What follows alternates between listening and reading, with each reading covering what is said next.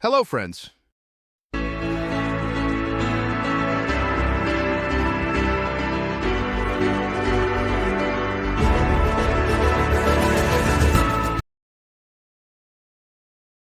It was the year 1994. Jeff Bezos left his job at a good investment bank to work on his startup. At that time, there was a strong growth in the internet, so he got the idea that why not do something related to the internet? Why not make an online store to sell books? What would be the name of this online store?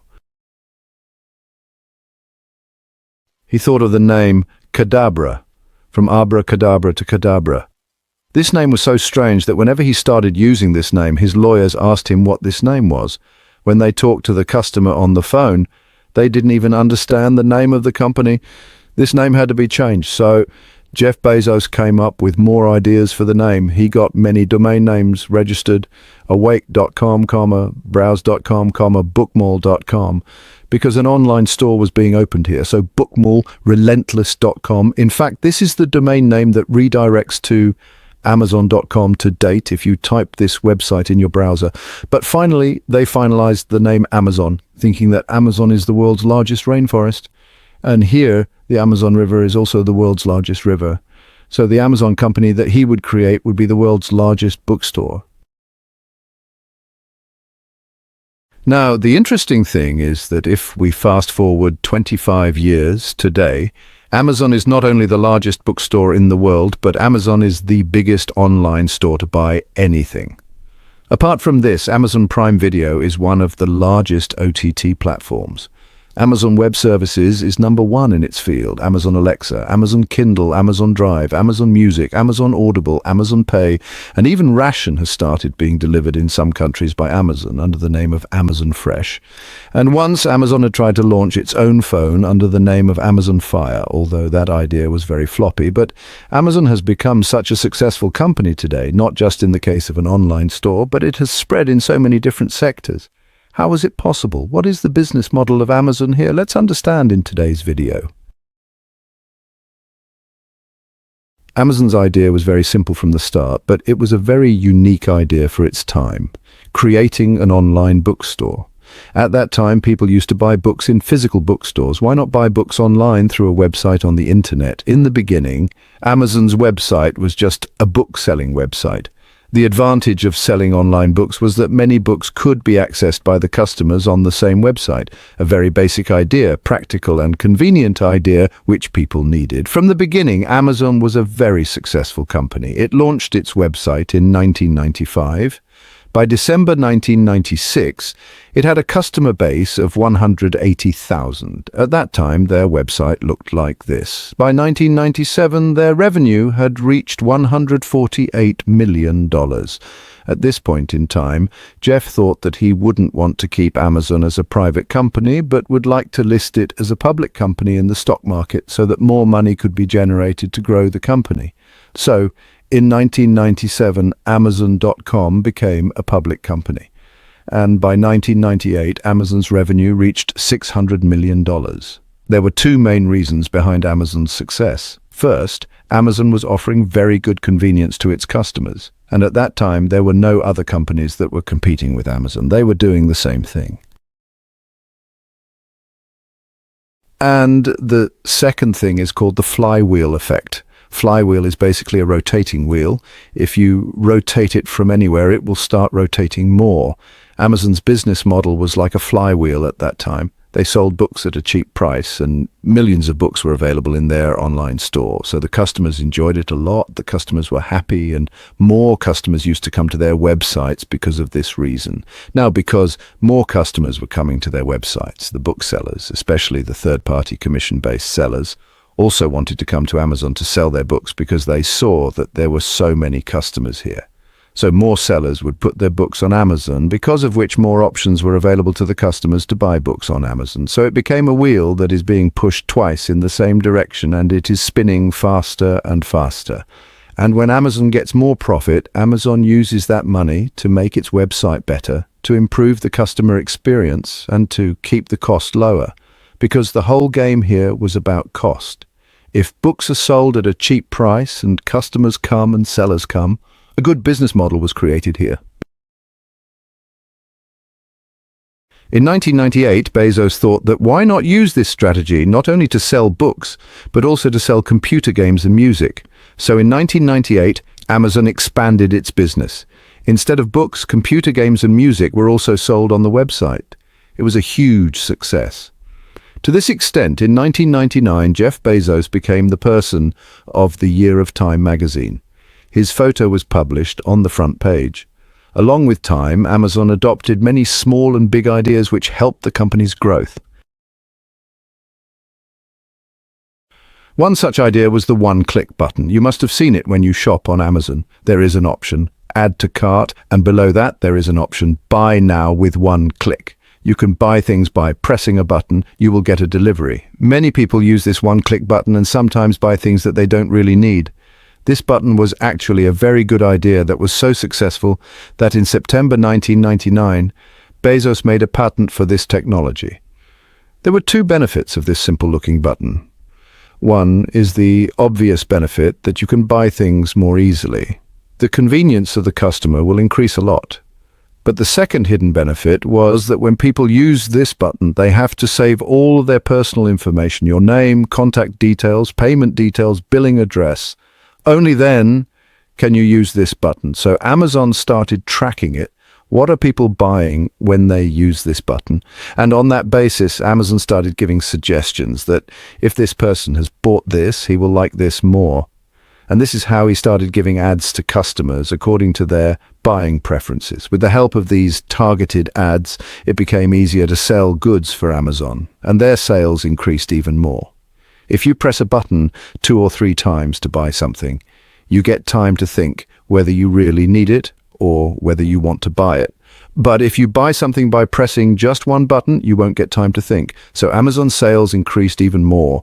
Many companies tried to copy this idea. A company called Barnes & Noble tried to put a one-click button. But Amazon had the patent, so they lost the lawsuit. And only Amazon could use this thing. Amazon got a huge advantage because of this. But fortunately for the companies, this patent expired in 2017, and today any company can use it. In 2000, Amazon Marketplace was launched. Jeff thought, I'm stuck on games and books. Why not sell anything on Amazon? So through this marketplace, any third-party vendor could sell anything on Amazon. The advantage was that Amazon would take a portion of the sale, whatever would be sold.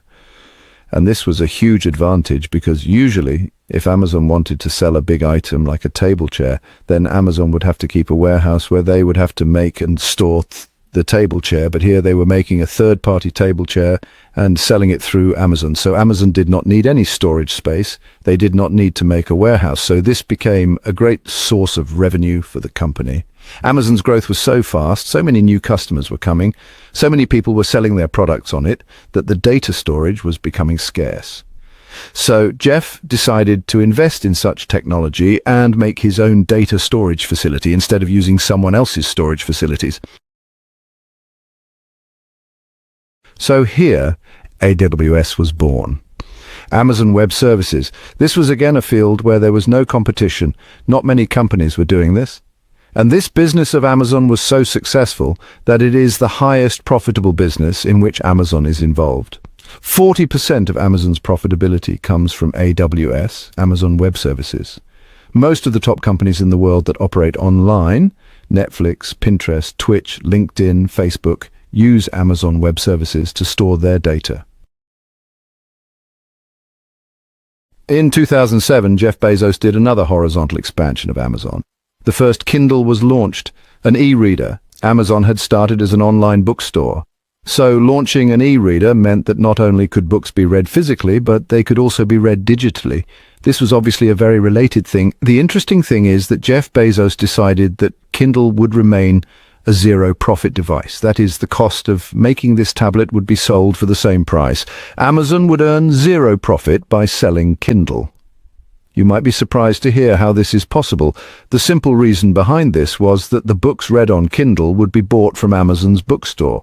Although Amazon would not earn money from Kindle, Amazon would make money by selling books. This business strategy was very successful because, with the help of this, Kindle became a very low-cost device. Many people started buying it, and today Kindle is the world's #1 e-book reader.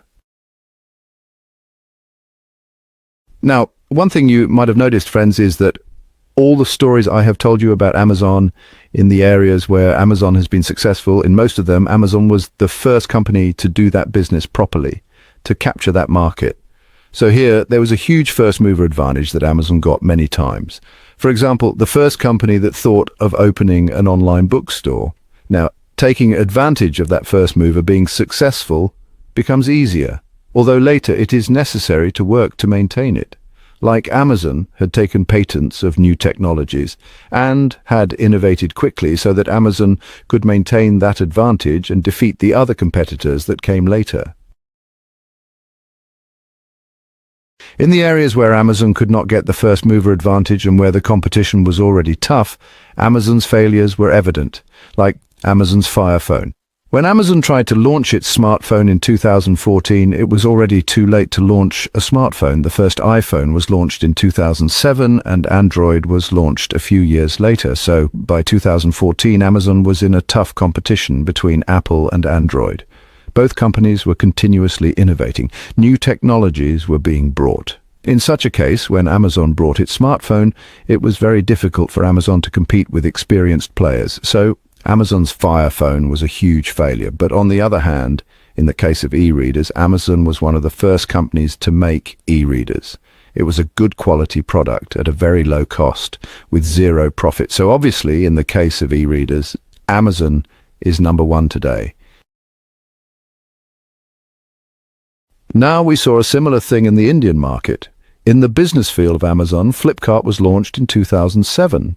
In 2007, Amazon did not enter the Indian market, so Flipkart got a first mover advantage, and this advantage remained for many years. 2013 was the year when Amazon entered India with Amazon India, but because of this advantage of Flipkart, to this day, Flipkart is able to give a strong competition to Amazon. Both the companies have a duopoly in the e-commerce market. Monopoly is when one company rules the market. Duopoly is when two companies rule the market. Around 30% of the share is of both companies. The remaining 30% is shared by all of the companies. If we look at the data of the financial year 2020, the number of users of Flipkart is 3 times more than Amazon India, and the revenue earned is also 3 times more than Amazon India. The simple reason behind this is that Amazon is spending a lot of money on the Indian market so that it can increase its market share. So even if Amazon earns less profit, it is still okay. It is sacrificing some of its profit to make more market share. Because, as we can see, the company that has the most share in the market gets the advantage of a flywheel. There will be more customers and more sellers. So this is very important to be successful in this market. So even if you don't make any profit in the beginning, it is okay. When Flipkart got its advantage, they took advantage of it too, by diversifying very quickly. Today, Flipkart has the mantra, Flipkart Wholesale, Flipkart Health Plus, ClearTrip ShopC, and even the payment app on the phone, Flipkart has the majority stake in it. So just like Amazon has done horizontal expansion in the USA and other Western countries for their business areas, the same thing was done by Flipkart in India. But overall, Amazon's growth has been exponential all over the world. You can see in the chart their revenue growth of the last 20 years.